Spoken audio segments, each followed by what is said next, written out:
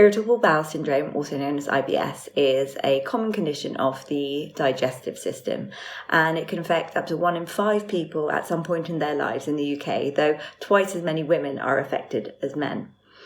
The symptoms can vary from person to person, but in general include abdominal cramping, abdominal bloating, and diarrhea or constipation, or sometimes a mixture of both.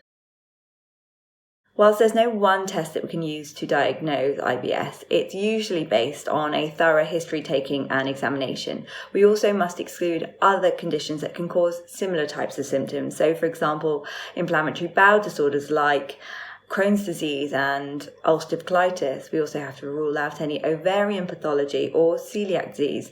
Now, these can often be done through stool samples and blood tests. We don't know the exact cause of IBS, but we understand that it's to do with the way the bowel contracts, overactivity within the gut, and the way our nerves perceive pain.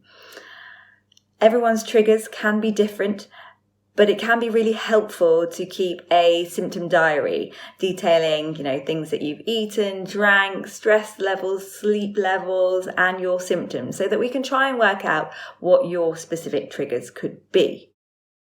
There is no cure for IBS, but there are ways we can try and manage it through diet, lifestyle, and medicines.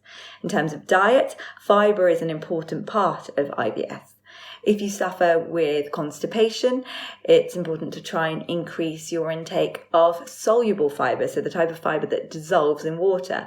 And that can come in the form of nuts, seeds, oats, and psyllium or aspergilla husks. If, however, you suffer with constipation, you would like to try and reduce your intake of insoluble fibre. That can come in the form of bran and wheat and whole grains.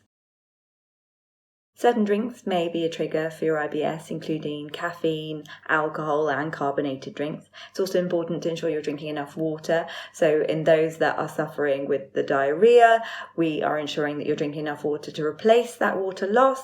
And in those that suffer with constipation, drinking water may help treat it. Resistant starches might also be key in your IBS, and trying to reduce resistant starch might help. These are the types of starches that our body finds hard to digest and can result in increased bowel gas and bloating. They are often found in processed foods like chips, crisps, cakes, biscuits, but can also be found in foods that have been left out to cool rather than going straight into the fridge. Artificial sweeteners have also been found to increase the laxative effect in sufferers with IBS. So reading labels, ensuring that the foods that you eat don't contain things like sorbitol. Finally, the low FODMAP diet might be helpful for you.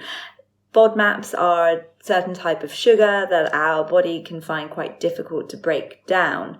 And so by following this diet, you are trying to exclude these types of sugars in your diet and then slowly reintroduce them to find out which ones might be the culprit in triggering off your symptoms. Now, this specific type of diet can be quite restrictive, and it's often recommended that you do it with the help of a dietitian to ensure that you are still getting a balanced and healthy diet.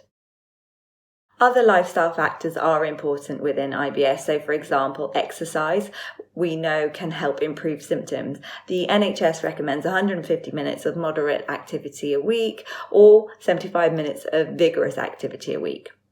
Another thing that might help with your symptoms can be ensuring that you have regular meals and avoid skipping meals.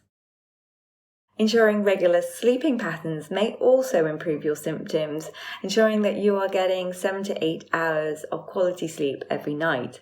Furthermore, managing your stress may also play a big role in managing your IBS, as we know that the two are commonly very linked. We also are aware that undertaking therapies like cognitive behavioural therapies is one of the treatments for IBS. Lastly, medications can be used for your IBS. There are plenty of over-the-counter medications, including antispasmodics to help with the cramping, peppermint oil for bloating. There are laxatives for the constipation, as well as medicines to help prevent diarrhea. There are also medications that your GP can prescribe, including stronger antispasmodics, as well as antidepressants, which have been used successfully in a number of other pain conditions. Probiotics may also be useful for some, although the clinical evidence is limited, but they work by increasing the amount of good bacteria we have in our gut to help with digestion.